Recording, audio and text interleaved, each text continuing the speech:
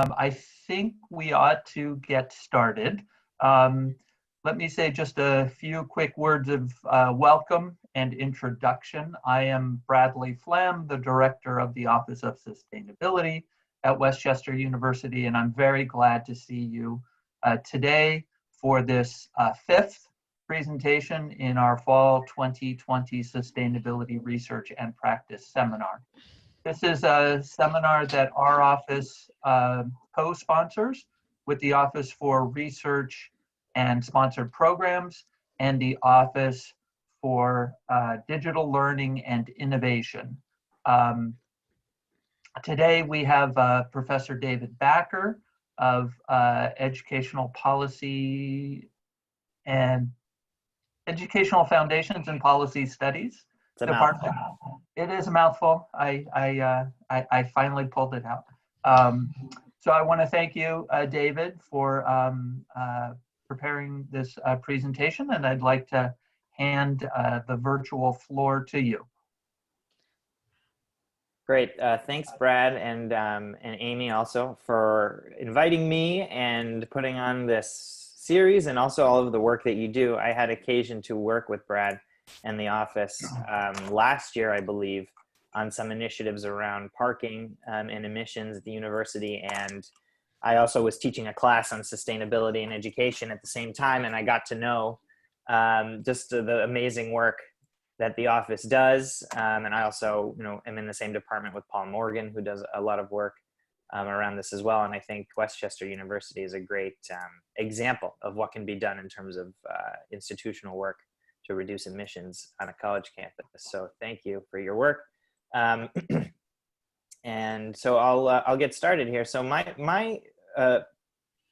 training is actually in philosophy of education, but my recent work has been in policy, and I've gotten interested in money and funding and finance in schools. And I was interested in this subject before the COVID crisis, but amidst the COVID crisis, this has become a protracted issue in terms of budget shortfalls and the shutdowns in the economy.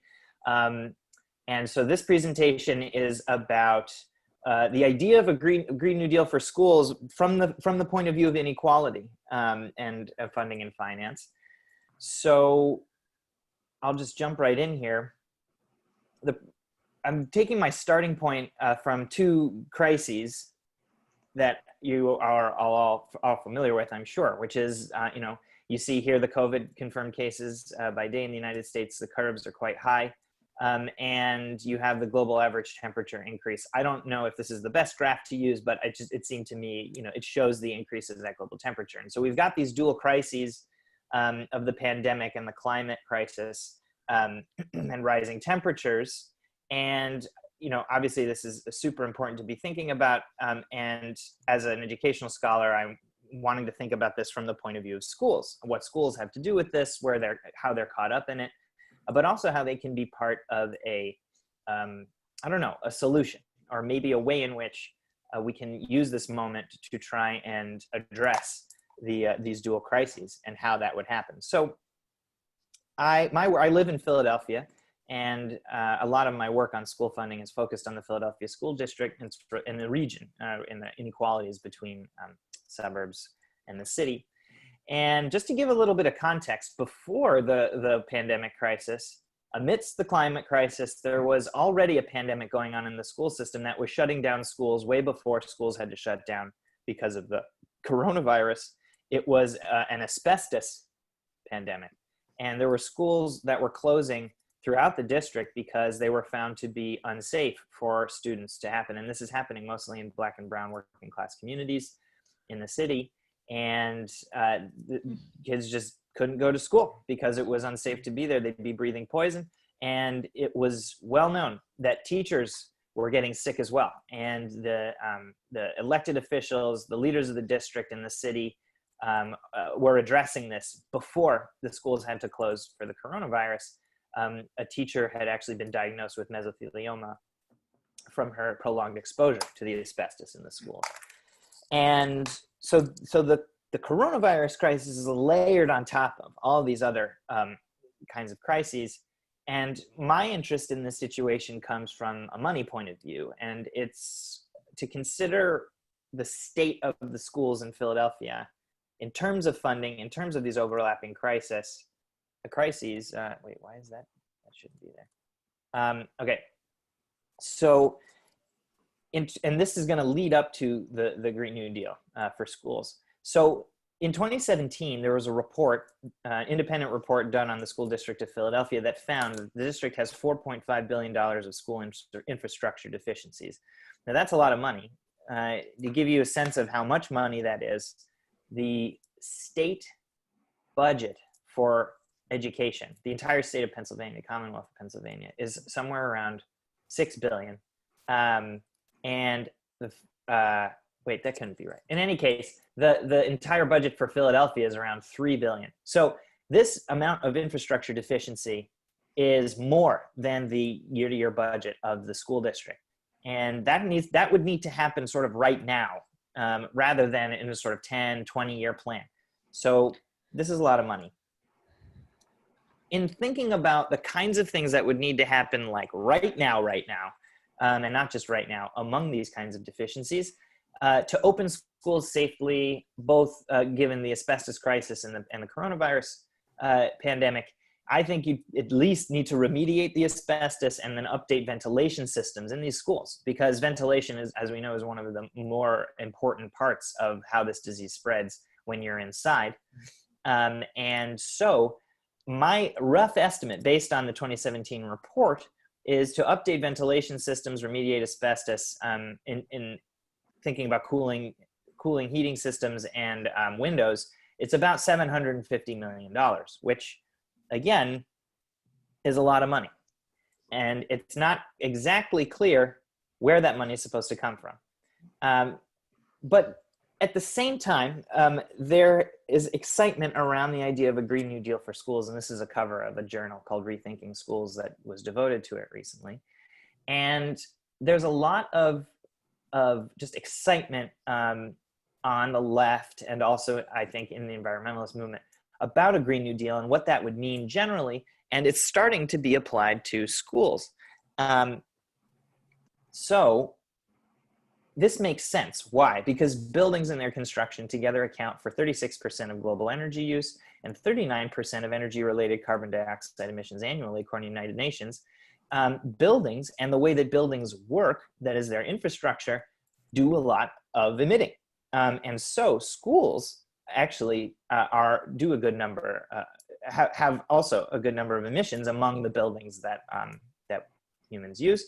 So it's suggested that improving school building energy performance alone could reduce up to 30 million tons of CO2 emissions, the equivalent of removing 6 million cars from the road for an entire year. So focusing on schools and school buildings and their infrastructure is a project in this general project of trying to reduce the amount of carbon emissions going into the atmosphere and making sure that global temperature doesn't get up to crisis levels.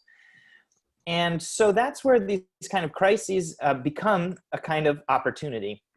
And there are technologies available and plans available to have zero emissions ventilation systems, and improving the heating and cooling of school buildings. And ASHRAE is an organization that actually has free downloads to think through the exact details of improving your ventilation systems in your school buildings. They actually have an entire report that's just devoted to school buildings, and they have zero emissions options, 30% reduction emission options, and 50% reduction emission options. I'm not an engineer. I don't understand this stuff. I know that when it comes to the zero emissions, they recommend things like chilled hot water systems with single zone air handling units, air source variable refrigerant flows, multi-split heat pump systems, ground source pump systems. You all probably know what that stuff means. I don't really know. I know that it costs some money to do, and it maybe sometimes looks like this, but I just think it's a neat graphic that comes from that ASHRAE document. And this is where the sort of crisis becomes an opportunity, because the schools are shut down anyway. The economy is undergoing just a convulsion of changes going on, transformation happening. And if there were to be a mass program in schools, in Philadelphia, as one example, but other schools, it can happen too. If there were to be a focus on updating the school building infrastructure, you could have a kind of joyous productivity, and a resurgence and particularly in the Philadelphia public schools, which really needs that. We need to remediate this asbestos. It's awful. It's affecting communities just in terrible ways, but also it could create all kinds of construction jobs. And not only would it create all kinds of construction jobs, but we could do it in this green way that would reduce emissions. And the kids aren't even in school, right? So in many cases, at least in the Philly public school system, they're still going virtual. So if we did this soon, we could really take this opportunity to improve our infrastructure, reduce emissions, and there's all kinds of resources for thinking about how to do that. The question, as always, and maybe some of you will get the reference, maybe some won't, is where is the money? And the question of how you're going to pay for it is an annoying one, I think, because it presumes all kinds of things about austerity and the fact that, well, we need to raise taxes to generate money. I've been studying a lot of modern monetary theory recently, and I think that this kind of deficit myth and austerity logic is flawed, particularly in the ways in which inflation has behaved with such low interest rates for so long. The inflation worries are just not there, and the way we can manage this stuff in terms of finance, I think there are possibilities that could be considered. And that's where I'm going to head in this sort of second half of this presentation. I'm going to go through the way that school funding works, the sort of intractable quality of school funding inequalities when it comes to Philadelphia in particular, but then a kind of another window that has opened up in this crisis that I think we could think about as being an option for financing this Green New Deal for school infrastructure. So just a little bit of background on how school funding works in Philadelphia specifically, in Pennsylvania generally as well. In Philadelphia, here's you get a circle graph of the 2019 operating budget for Philadelphia School District. Half of the money comes from the state, half the money comes from the municipal government. And those monies occur in terms of grants and tax revenues. At the state level, you have a mixture of different kinds of tax revenues. At the local level, you have predominantly property tax revenues. And you see that little light blue sliver of the federal and other sources. And I think it's just important to keep this in mind, because debates around school funding at the federal level, particularly in times like a presidential debate, people think, oh, we just got to fund schools, the federal government, da, da, da, da, da. Very little money comes from the federal government. And when it comes to school funding, it's a matter of the revenues that are coming in from the state and the locality. And a lot of the inequalities happen because there are inequalities of property values when it comes to the urban, suburban, and rural areas. But it's even more, it's extremely local, and it's even more complicated than just it being just this mixture of state and local, because different places, different kinds of school districts have different mixtures or cocktails, if you will, of where their money is coming from, to the extent that they rely on their property values and the extent to which they rely on the federal government. So you can see here, I like this graph from 2016, because it shows you the extent to which different kinds of cities and school districts rely on different kinds of funding. So the wealthiest districts, the ones with the highest property values, which occur in the suburbs, because that's where white flight occurred during the Great Migrations, and people built up the suburbs during the crisis earlier in the middle of the 20th century with the Federal Housing Authority after the Great Crash of 1929 and FDR, and redlining happened, and there was a lot of white supremacy happening in those programs. So you have a lot of this inequality. You have cities like Philadelphia relying on state and federal aid in ways that wealthy districts just don't. And I wanted to pull the Westchester numbers, but I just didn't get a chance to give people a sense. But there are these just like different, because there's so many different cocktails, there's so many different local fine-grained specificities in terms of where funding comes from, it's actually really hard to solve this problem of where this money is supposed to come from. Let's say the Philadelphia schools need $750 of asbestos remediation and ventilation, and we want to make it green, but like we can't tax the property values anymore. And the suburbs certainly aren't going to chip in because like, well, we're not going to give up our money for those city people who just need to pull themselves up by their bootstraps or whatever. The state's not going to go for it because, well, it's a Republican-controlled administration, and they have even more contempt for cities like Philadelphia that I think falls along racial lines largely.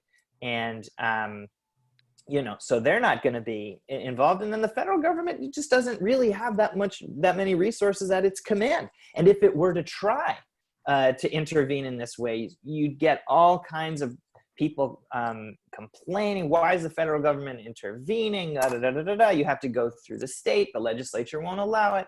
It's just a big mess. So things largely stay the way that they are with school funding. Just to give you a sense of this inequality, for every dollar that Philly spends on a student, the mainline district spends $50. The per pupil funding is off the charts in terms of inequality. And that is entirely to do with property values, nothing other than that. So it really has to do with private property segregation and the way in which the dynamics of cities in terms of deindustrialization, and schools just get really caught up in this. Okay, just to go a little bit into school finance now, there's a difference between funding and finance. Funding is the revenues that you generate for your budget, but the generation of revenue through taxation is a slow process, and that is not exactly how you're going to finance your budget from year to year. You actually need to have money. You can't just rely on the tax collection system.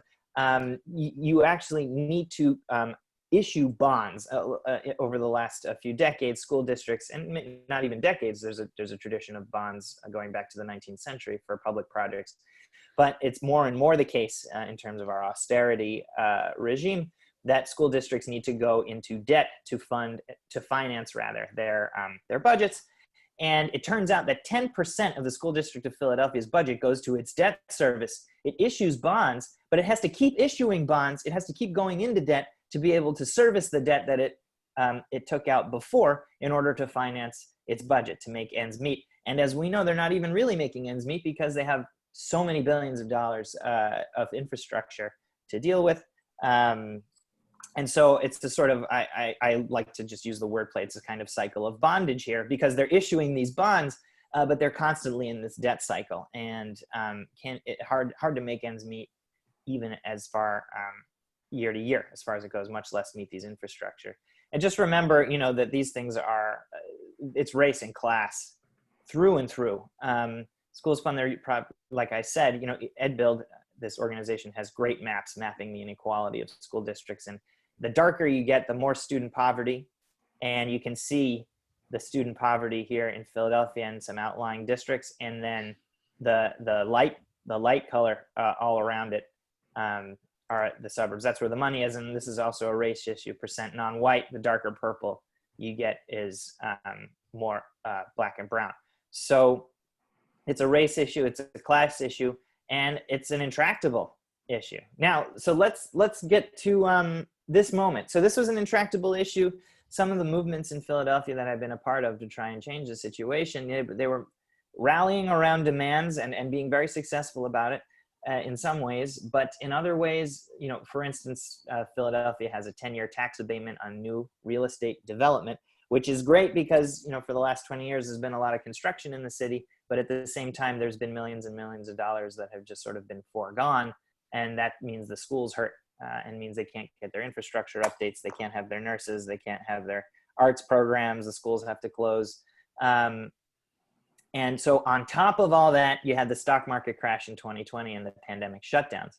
The reason why the pandemic shutdowns are so bad for school funding is because largely the state funding in particular relies on tax revenues from businesses like alcohol, like things like tourism. All this stuff has really just been disrupted over the last 6 months. And the budget shortfall, the wave that's going to hit us in a year from now is really, it's overwhelming.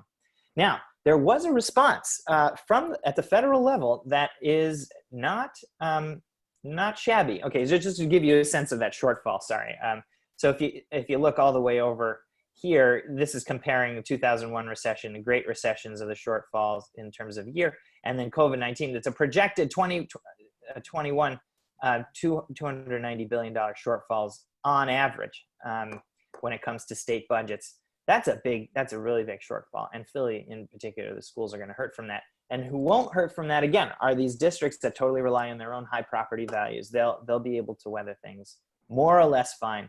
They'll have some issues, but the cities are just going to really hurt. Okay, so obviously it doesn't help that the federal government is basically non-existent on this issue right now. I mean, we keep hearing that Pelosi and Mnuchin are going to be talking about another relief bill. The CARES Act was actually pretty good. It wasn't amazing, but it did take care of some things, and we really need more based on the way that the economy shutdowns are going. But as it stands, we have a federal apparatus that is in crisis in multiple ways. One of which is that there's a presidential election going on, and nobody knows exactly what's going to happen. People think if Biden wins, maybe there'll be some movement, but who knows about the counting? And we're all sort of holding our breath. I'm even a little wigged out from watching the debate last night, not getting much sleep afterwards. Maybe some of you also had the same experience.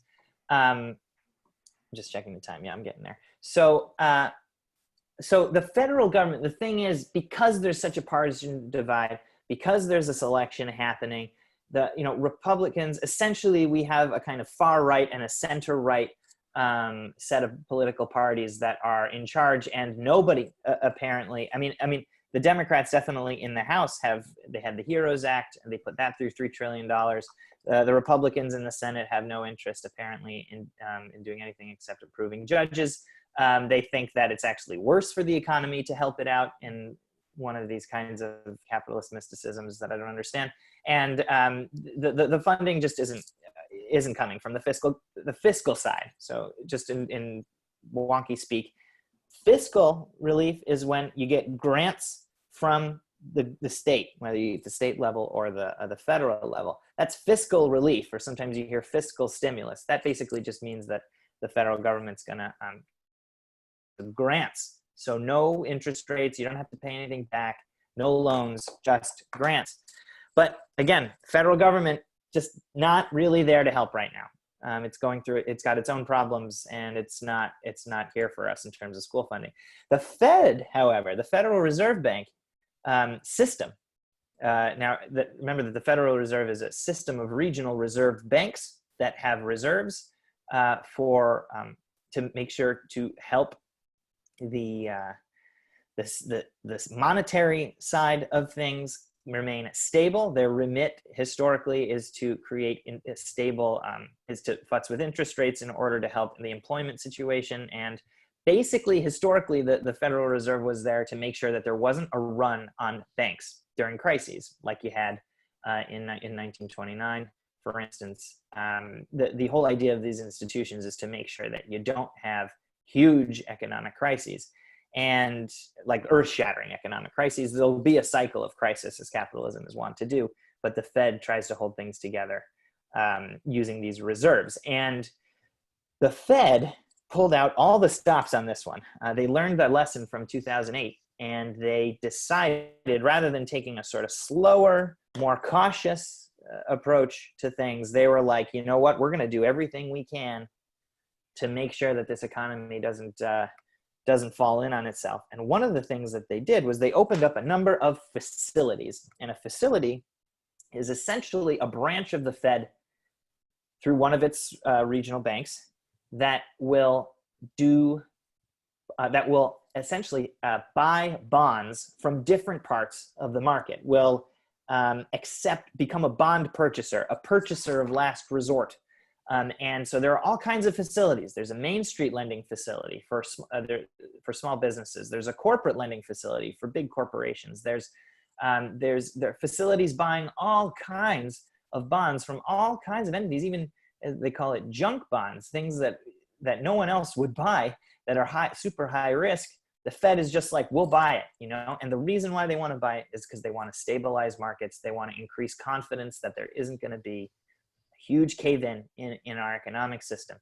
And they did something that so first of all, they don't usually do this kind of thing ever, but they certainly don't do it for municipal, local, and state governments. But for the first time, they opened something called a municipal liquidity facility. And that municipal liquidity facility is there to buy bonds issued by state and local governments. And school districts are local governments that can and do issue bonds. And it was a really exciting thing because people in the sort of wonky revenue funding finance, particularly when it comes to public finance, were like, wow, the Fed is just, and it has the deepest pockets. Why? Because they can just draw from the treasury. I mean, they literally just create money. I mean, it's a sort of a situation where the Fed doesn't have to really worry about its balance sheet, even though there's been so much noise over the last couple decades about deficits and balancing the budget and paying for everything, blah, blah, blah. But there's been no, like the traditional economic ways in which you'd have accountability for any of this stuff, which is to say inflation hasn't happened. And even recently, the Federal Reserve has announced that its whole attitude about inflation has changed. They actually want inflation. They're not gonna be they're not gonna be so obsessed with inflation that they're not gonna put it before like concerns about employment, for instance. So the Fed can do this, and so there's this municipal liquidity facility. So putting all of this together, I think that there's something you could call a municipal lending facility strategy, or it should be liquidity facility strategy when it comes to school funding and when it comes to financing a Green New Deal for schools. And the proposition here is that school districts should get liquidity support for infrastructure from the municipal liquidity facility to finance the Green New Deal for schools. Okay. Now, obviously, it's not ideal because we don't want to be taking out loans in sums of $750 million at high interest rates because, well, that will cost a lot of money. But this is a historic moment, and this presents an opportunity to try and get some financing of any kind to try and deal with these crises. The Fed is just a different kind of entity than the bond market, which is where this financing usually comes from. Bond market is a sort of anonymous, clubby sort of market where you have people, extremely high income people, parking their money in relatively low risk state governments. And those bonds are bundled by private banks that take all kinds of fees at pretty high interest rates. Philly just issued a set of bonds for 4% to Wells Fargo. And then the city treasurer was like indicted for embezzlement because he worked for Wells Fargo. It's a mess. Like, why not just go to the Fed? You know, don't have to mess with the bond market. And the municipal lending facility represents how governments can create value for provisioning against this deficit myth. We don't have to think, well, how do you balance the budget? Where's this money going to come from? Well, it's going to come from the Fed. The Fed has a facility directly for this. It's trying to help us out in this moment. So it's an extraordinary moment. It's an extraordinary offer. So we have to make extraordinary requests as school districts, as local governments. So the strategy that I've been thinking about and actually doing a good amount of organizing around, talking to movement groups, elected officials, research groups, people who are into progressive revenue. I think the idea of a national coalition of applicants from urban and rural school districts working together should share information and resources, and everyone applies to the MLF. And this, I think, decreases the barrier to entry for applicants. And what we want to do is basically start facilitating coalition meetings where we talk about this, because there's a lot of wonky stuff. People don't know that this is it.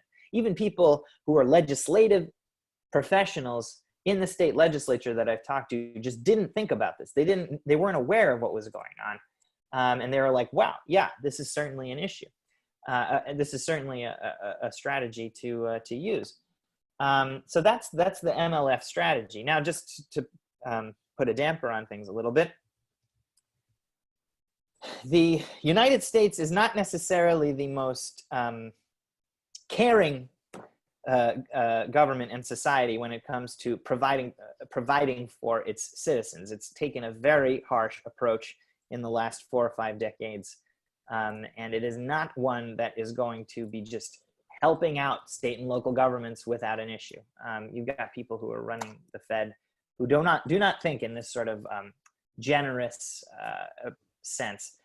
So it turns out that the municipal liquidity facility, it's interpreted by some in the Fed and some in the oversight committees that are dealing with it as being a source for direct liquidity support for state and local governments. But the way that it was set up, it's certainly not that way. So there are really intense eligibility requirements. The cities, states, and counties and designated revenue bond issuers are the ones that can apply to the municipal liquidity facility for bond issuance. School districts really can't unless they're so designated by a governor. Turns out in Pennsylvania, the governor can only designate 2 RBIs. And politically, the way that it is in Pennsylvania, it's just not really a thing that Wolf can do to name the Philly School District as one of those. There's huge barriers to entry when it comes to the costs of this MLF loan. First of all, you have to calculate the amount of loan that you can get, and there's a ceiling. You can only do 20% of your gross revenues when you're applying. The interest rate depends on your credit rating, and the Philly School District is Baa3, and that would mean, according to the way that the Fed set it up, that's a 3.3% interest rate. That's high for an interest rate. It's punitive. And why does the Philly School District have the credit rating that it does? Well, the credit ratings are basically used as like a risk assessment tool for people who want to make investments. So, a really high credit rating is going to be like, great, this is a safe investment. You'll get your money back with interest, no problem. But entities that can't get you your money back sooner because of whatever reason, they get lower credit ratings because they're higher risk. And Philadelphia, I mean, it's a majority minority city, went through a process of deindustrialization, and it just can't command the kinds of revenue that a high rate of a high credit rating would designate. So it's Baa3, just above junk. And it was a big deal when the Philly School District wasn't junk anymore, which is really sad, because essentially it's just like, I don't even know how to characterize it. It's the cycle of bondage. Again, it's not the Philly School District's fault. It's not a badly run business. It's a school district trying to provide a service to an extremely underserved population that is subject to some of the most unjust social forces that the society has to offer. And so it gets a bad credit rating. Anyway, to the MLF, it gets a high interest rate for these things. It's essentially an apartheid tax. And not only is it 3.3%, but it's actually, that interest rate gets added to whatever rate you were going to get on the private market. So it would be way above a 3.3%. And not only that, but there's an origination fee that you have to pay the Fed, which is 0.001 of your loan, which when you get into the $700 million, it's not nothing. So it's really expensive. The barrier to entry is really high. But I think, and this is where I'll end, that it's worth a shot to try to pressure the Fed to get better terms on these loans. If they get better terms, if they give us better terms, we can get better financing. For instance, we could demand, if urban and rural school districts were able to get together and say, we want low interest rate on our loans. We want a longer time to pay them back. It turns out it's 2 to 3 years to pay back these loans. That's not much time at all. We want near zero interest rate. We want 99 years to pay it back. We want more than 20% of our gross revenues to be able to take it out. We don't want to pay an origination fee. We don't want it to be added to the private market rate. I think that if people got together and made this demand, I think that Jerome Powell, who was the one that okayed this thing from the very beginning, would go along with it. I think if there were the right kind of pressure, and that organizing is actually happening right now, and I'm sort of part of it, making those demands. So I think if we were able to get those better terms on these loans, we could finance school infrastructure improvements that could reduce emissions and maybe try to find a way to thread the needle and respond to these multiple crises. Thank you. That's all from me. Thank you, David. Let's see. How would you like to do Q&A? I think there's a number of us that we could just jump in with questions if you're comfortable with that. Or yeah, sure. Would you? It's hard for me to keep the presentation up and then see who might want to speak. Would you be willing to just sort of take a call for Q&A and I'll answer the questions as they come? Sure. Or let's just invite people to speak up. Just jump in. Okay. Yeah. I mean, I have some questions, but I always like to step back a bit to see if others in the audience would like to start. Yeah, go ahead. Shoot. Let's see. Is there someone in the chat? Bree, thanks for coming. Thank you. All right. Well, I do have a couple of questions. Please. You know, the financing piece of it is new to me, and so I'm fascinated to hear you describe this. I don't feel I have an expertise in it to ask a whole lot of detailed questions about that. Although none of us do. It's you know, it's meant to intimidate you. You're meant to feel like you don't know, like you can't know, like what is all this? It keeps people away from the actual revenue sources. So try not to feel intimidated if it's possible. Well, you know, I have to say, even as you were describing the demands that this coalition is making to think about this municipal lending facility terms, I couldn't help but wonder why these types of infrastructure investments shouldn't be seen as grants, rather than implying that these local school districts, particularly poor ones like the Philadelphia School District, need to depend upon loans to get basic investments into the health and well-being of the students and employees who work in the school district. It made me think too of my having reread the article in The Atlantic recently about the case for reparations and Sure. the ways in which investments in communities that are high percentage Black and brown people, low income, can be seen as one form of reparations for the centuries of inequities and horrors visited upon these communities. Do you want to talk about that? Yeah. The whole issue of grants versus loans and connecting it to some of these larger issues of equity. Sure. I mean, it would be great to have grants. That's the ideal situation. But a grant, as everyone knows, is when you get money. Someone gives you money and says, here, have that money.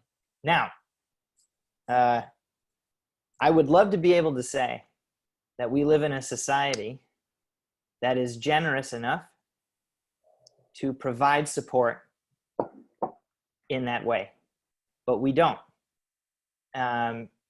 We live in a quite punishing society when it comes to provisions of that sort, and it's only been more punishing.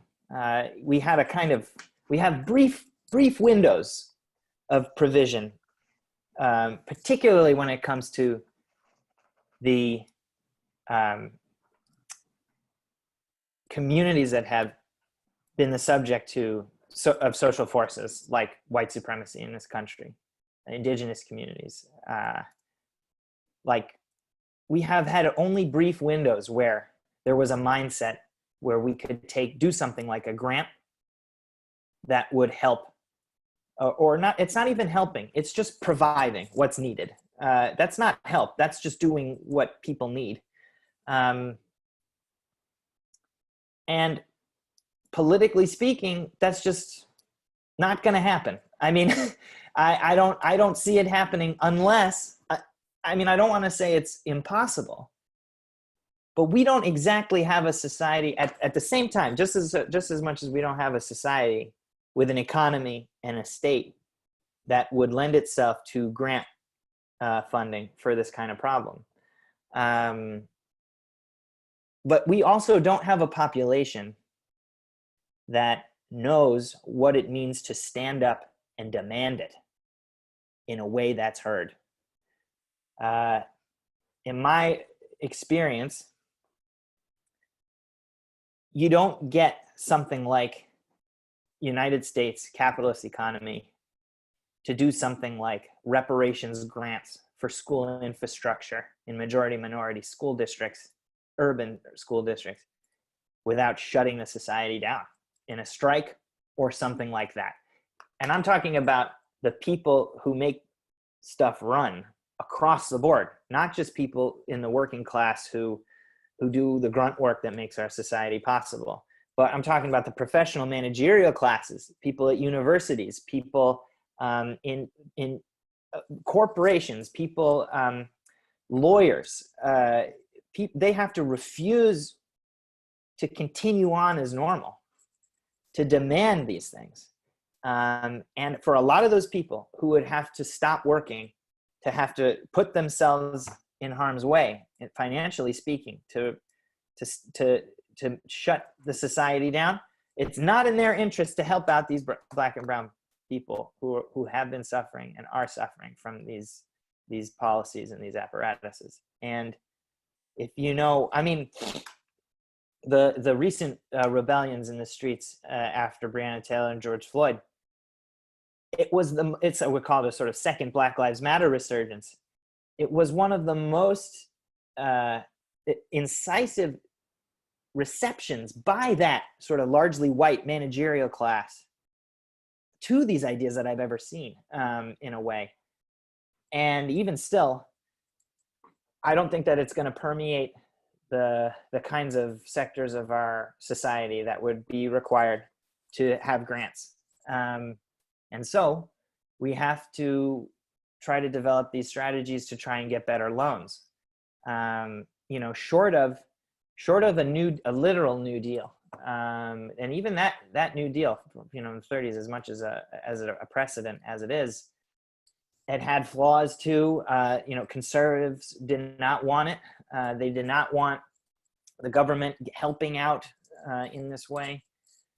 So it's a big struggle. I wish we lived in the kind of place where this thing could be feasible or even likely, but without a mass movement of people demanding things get shut down and done differently, I don't see it happening. And frankly, I don't see either of the presidential candidates or their respective parties being anywhere near politically where they would have to be.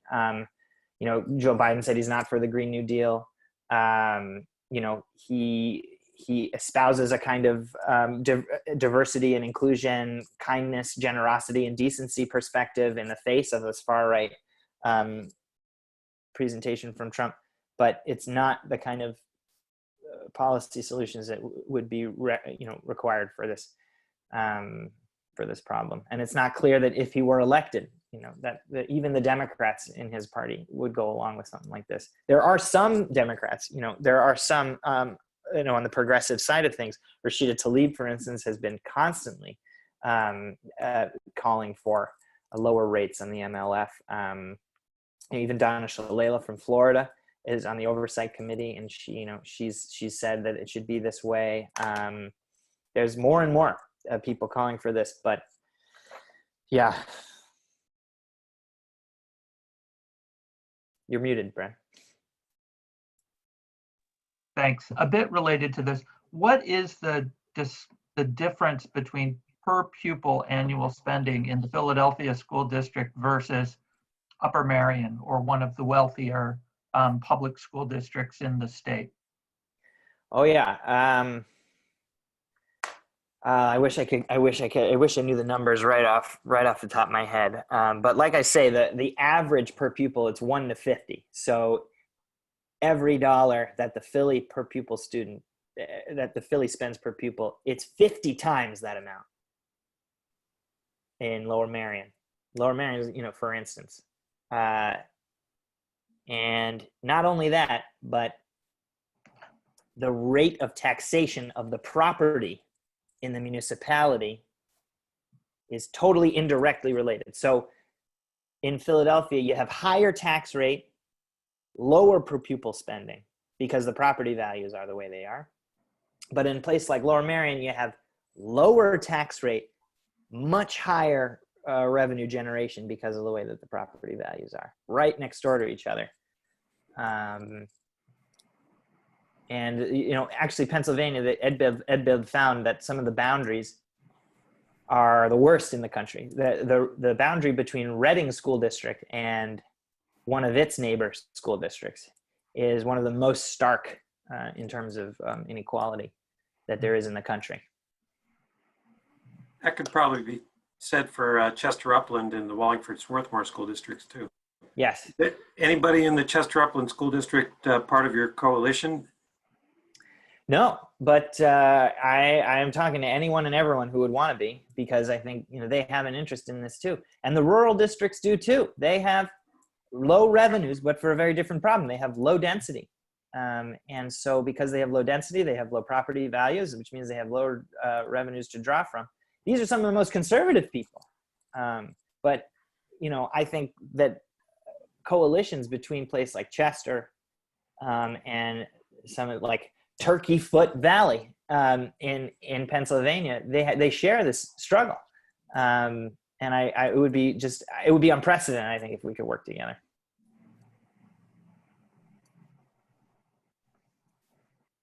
David, do you want to stop sharing the screen so that you can see everybody on a single? Sure. Yeah. Hello. So I have another question, David.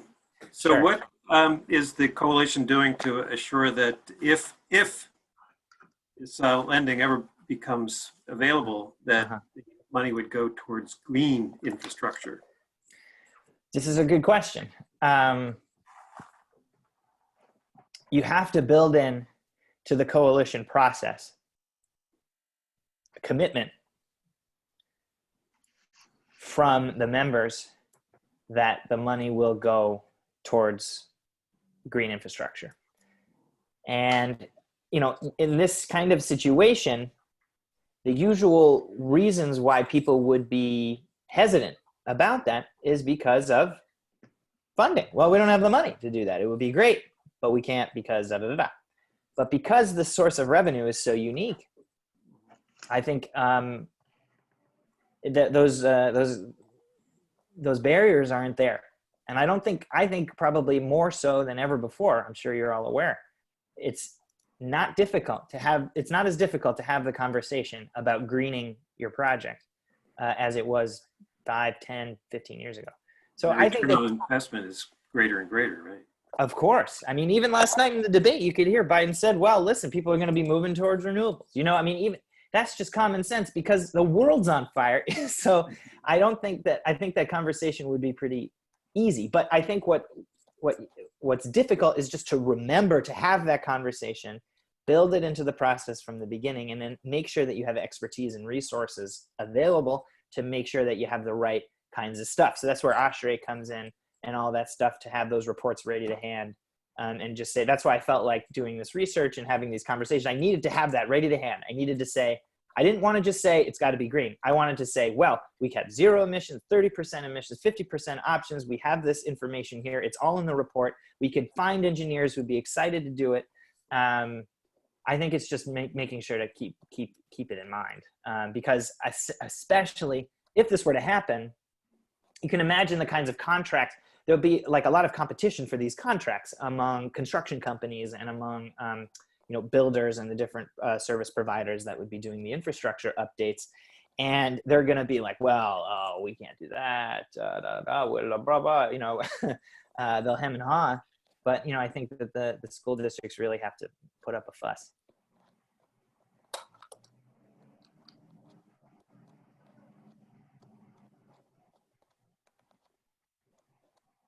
it's 12, a little after 12:50, and this is the official ending time for this seminar series. I know I still have a few more questions. If David, you could stay on a little bit longer, we can keep going. But if any of you have to log off now, please don't hesitate. Sure. Yeah, I could probably stay. I could do 10 minutes. Probably. Okay. Hi, Sarah. I think Sarah and Peter maybe. Yep. Bye-bye. Oh, that's a bye-bye. Right. Okay, bye. Yeah, that's a Thank you. bye-bye wave. Okay, thanks, Sarah. All right, see you, Bye. Pete. Okay. All right. Well, I asked about the per pupil expenditures. I think that's an important comparison to set us up, because my sense has always been that it's not that we want to cut the per pupil spending in the wealthy districts. All students in public schools should have excellent facilities and teachers who are well paid and staff who care about the students and are doing their best. What we should Right. do is increase the level of resources available to students in the poorer districts. And so, you know, in some ways, that's where the idea of grants could come in, because those grants probably would simply lift per pupil spending closer to the higher rates that we see in wealthier districts. Yeah. I am a little uncertain about that slide you showed that said $1 to $50. My understanding has been that the difference in per pupil spending in the poorest districts to the wealthiest is about 1 to 2 in Pennsylvania, but I could be wrong. I have this sense that it's around $7,500 per pupil in Philadelphia and around 12,000 or more in the wealthiest districts. But I think that would be something that would be important for you as you continue giving this presentation and talking about this idea, to have a clear idea of what that discrepancy is. Yeah, I have the numbers in an Excel spreadsheet that I went through that I can send you. It's based on averages as compared to Philly, but it was pretty stark to me when I saw those numbers that it was so high. Yeah, well, I mean, it's high. Whatever the actual difference is, it's huge and it's inequitable. Yeah, I could find those. I'll take a second look. Yeah. And I'm curious about your estimate for the $750 million to remediate asbestos and update ventilation systems. That sounds like the type of project to confirm that estimate, that there should be some engineers out there who would jump on a project like this.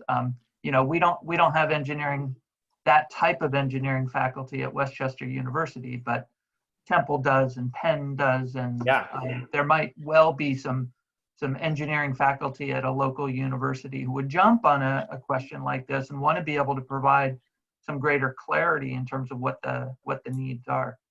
Yeah. If you know any green engineer people out there, it would be wonderful to talk to them, because I just did what I could just to have at least something to say. Yeah. But let me think about it. I may be able to. I don't have any individual in mind, but I've got some connections to the engineering world, and they might be able to come up with some names who could help you with that. Cool. Yeah. Is there you know, a website or a summary of the work you're doing that someone interested in joining in your efforts could take a look at? Well, I have like one of these Substack newsletters where I am just sort of keeping track of research and putting out, writings about it. And I have a piece. This presentation is based on some of the things that I've written there, and I have a piece about the green version of the MLF that I can put in the chat. I see Schooling in Socialist America, School Funding in the COVID Crisis, a Policy Proposal. Yep. Wow. I just looked it up. Yep. That's me. If only we had a librarian amongst us. Oh, we do. I was And, curious.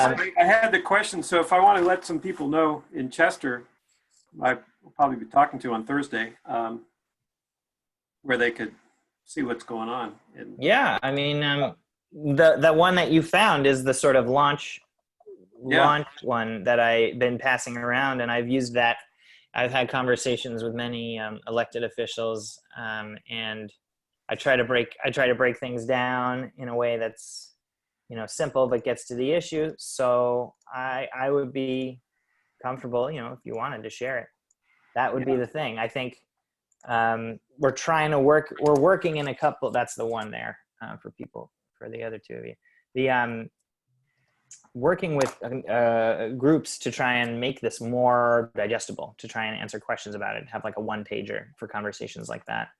looks like I put David Backer, MLF Coalition, and I eventually found that. But if I just tell people to look up school funding in the COVID crisis, Yeah, Backer, they'd probably find that.